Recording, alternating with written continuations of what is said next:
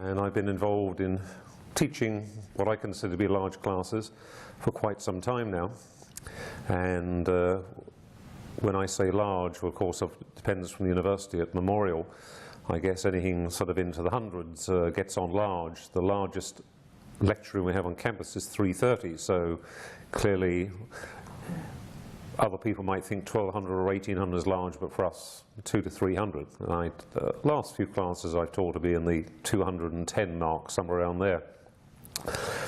So how do I deal with those? Quite probably differently from some of my colleagues. We have a 50-minute lecture period, and many people, of course, teach overtime. I tend to do the other way around. I leave time at the end, because one of the things about a large class is being approachable.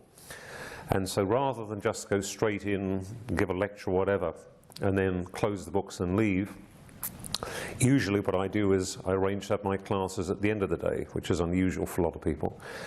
One of the reasons being that I know that students and myself are probably free afterwards, so that if they want to hang around and talk. So I usually finish, by about quarter to the hour, so 5 minutes ahead of the regular time and 15 minutes for the next class. And it's amazing how many students will stay behind and talk to you, and if there's no class afterwards, continue. So being approachable like that is I find useful. If you look at what students regard the characteristics of being a good teacher are, things such as being enthusiastic and dynamic, well prepared, know a lot about the content area they're dealing with, good communicator.